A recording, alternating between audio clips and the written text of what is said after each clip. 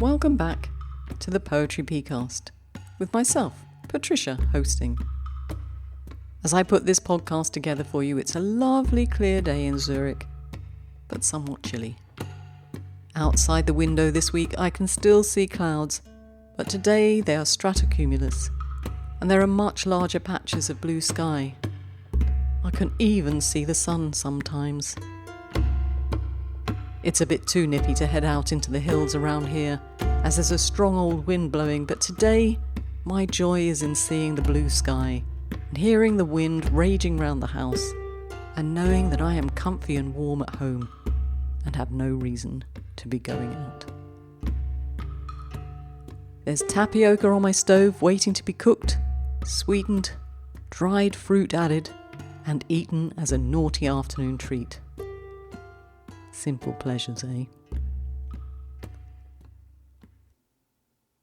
As you can maybe guess, I'm continuing with the poetry of Ryokan this week. But before I do, a quick reminder that the Sci-Fi Coup submission window opens in February, 1st to the 15th, please. Don't be late. You can still leave your poems in the comments section of the Poetry P YouTube channel for the video prompt. Leave as many haiku and senryu as you like, but they have to be in the comments section, otherwise they can't be considered. Now, of course, you may be coming late to the podcast. You may have missed Sci-Fi Coup. What were you doing? But check out the drop-down menu on submissions at the Poetry P website and find out what we're up to and join in. Don't forget to make sure you're signed up to the mailing list via the website, or you'll miss out on lots of different bits and bobs. And we don't want that, do we? Now, back to Ryokan. You don't need to have listened to last week's podcast to enjoy this one, but it will give you more context and make this one all the more poignant, I think. So if you haven't listened, stop now and go back. I'll still be here when you want to return to this one. So from last week's podcast, we know that Ryokan was a poet who, from around the age of 18, dedicated himself to his spiritual life, spending many years as a hermit, living a life I cannot imagine of near solitude, poverty, and contemplation. But as we know, he found joy in the little things and had quite a sense of humour, which often came out in his poetry. I often hear loneliness as well. In an autumn field, hundreds of grasses burst into bloom. Kneeling down, a male deer cries. In an autumn field, hundreds of grasses burst into bloom. Kneeling down, a male deer cries.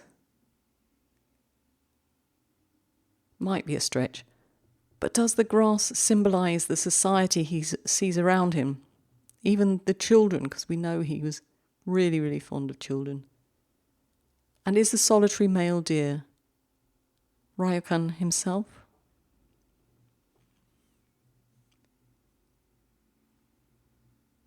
Seeing other people's children play, I stand in the garden, shedding bottomless tears. Seeing other people's children play, I stand in the garden, shedding bottomless tears. Ryokan, translated by Kazuaki Tanahashi. Doesn't that break your heart?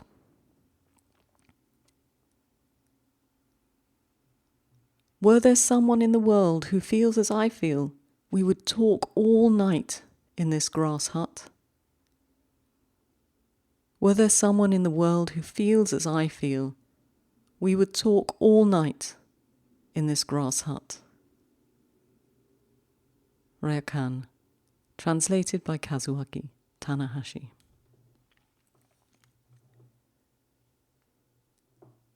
But at the age of 69, and in ill health, Ryokan was invited to stay at the house of one of his disciples, albeit he lived outside the main house in some sort of shed-like habitation. But of course now he was close to company at least, and he made the acquaintance of a nun, Teishin, who was 40 years younger than him. He found love, but it wasn't instantaneous, and they didn't live together or even near each other particularly. They became acquaintances and then good friends through their correspondence, with occasional visits from Teishin. She was there to help nurse him through his final illness, though. And after his death, she gathered together all his poetry and the poetry they'd exchanged and published it in a work translated as Dewdrops on a Lotus Leaf. And she said this in the introduction: I could not bear to see these poems buried here and there like dead trees mouldering in a valley, and so avidly collected them from every corner, adding to these the poems I exchanged with the master in my visits to his hut. I always have the collection by my side as a keepsake of the master. Every morning and evening I take it and read it as a way to recall those events of the past. And remember I said that Ryokan was a beggar, a hermit, lived a simple life. And part of that simplicity was that he couldn't afford paper. He had nothing to write his poems on unless he was able to beg paper from people. So just imagine how many more poems we could have had from him if there had been a ready supply of paper available to him. Makes me sad to think of it. So as I said, Dewdrops on a Lotus Leaf contained poems that they had written to each other. And I thought you might like to hear some of them, to get an idea of how their mutual love and affection was growing. Teishin wrote to him, Your mind, the bright moon at the mountain's summit, sheds a clarifying light, but the thin haze of my doubts still lingers below the mountain peak. Your mind, the bright moon at the mountain's summit, sheds a clarifying light, but the thin haze of my doubts still lingers below the mountain's peak. Teishin, translated by Ryoichi Abe and Peter Haskell. And Ryokan replied, There are those like you who give up their lives to save the people of the world, but I am only seeking peace in a thatched hut.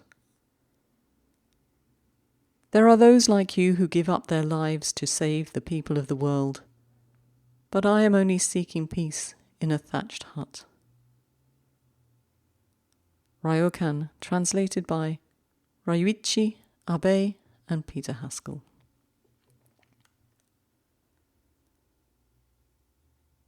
And again I'll start with another poem written by Teishin to Ryokan. Here with you I could remain for countless days and years, silent as the bright moon we gazed at together. Here with you I could remain for countless days and years, silent as the bright moon we gazed at together. Teishin, translated by John Stevens. And he replied, If your heart remains unchanged, we will be bound as tightly as an endless vine for ages and ages. If your heart remains unchanged, we will be bound as tightly as an ageless vine for ages and ages. Ryokan, translated by John Stevens. You know, reading these little messages going backwards and forwards, makes me wish that my husband would write some poetry. I'd happily write some to him. Maybe I should, and see what comes back. The deep mountain snow is melting in the spring breeze, but the water of the valley stream still waits trapped between the rocks. The deep mountain snow is melting in the spring breeze, but the water of the valley stream still waits trapped between the rocks.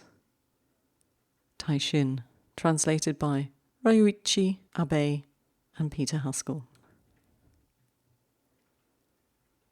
Once the deep mountain snow has begun to melt, no water should remain trapped in the valley stream. Once the deep mountain snow has begun to melt, no water should remain trapped in the valley stream. Ryokan, translated by Ryokan Abe and Peter Haskell. From where does spring come? I ask. The plum flowers do not reply, but in their midst a warbler sings. From where does spring come? I ask. The plum flowers do not reply, but in their midst a warbler sings. Teishin, translated by Ryokan Abe and Peter Haskell.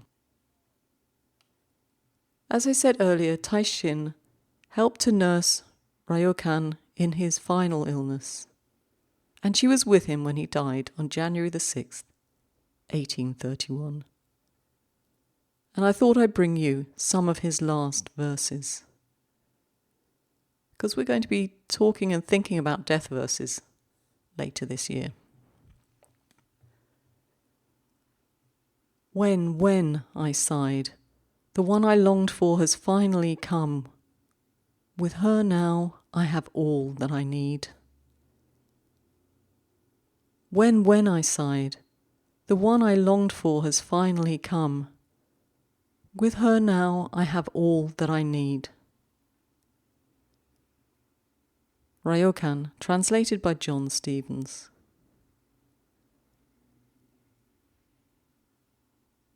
We monastics are said to overcome the realm of life and death. Yet I cannot bear the sorrow of our parting. We monastics are said to overcome the realm of life and death. Yet I cannot bear the sorrow of our parting. Teishin, translated by John Stevens.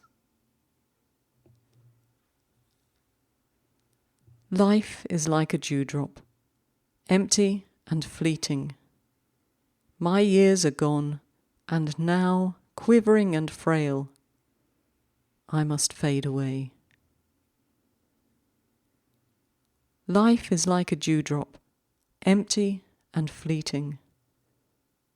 My years are gone, and now, quivering and frail, I must fade away. Ryokan, translated by John Stevens.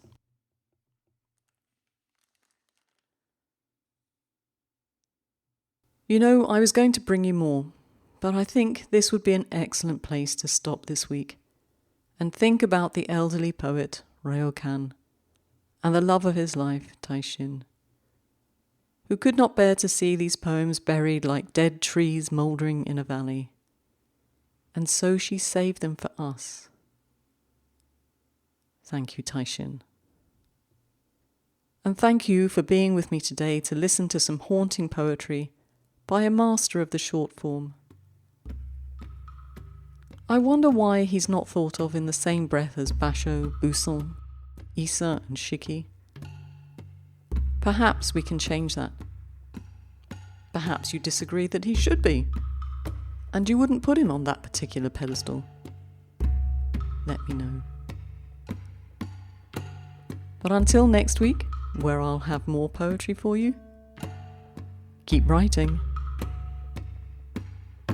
And don't forget to check out the website for this episode. There will be references for you to follow up if you'd like to read more Ryokan. And don't forget your submissions. Tell your haiku friends. Let's make the next journal a bumper one. Ciao! We monastics are said to overcome the realm of life and death. Yet I cannot bear the sorrow of our parting. Teishin, translated by John Stevens.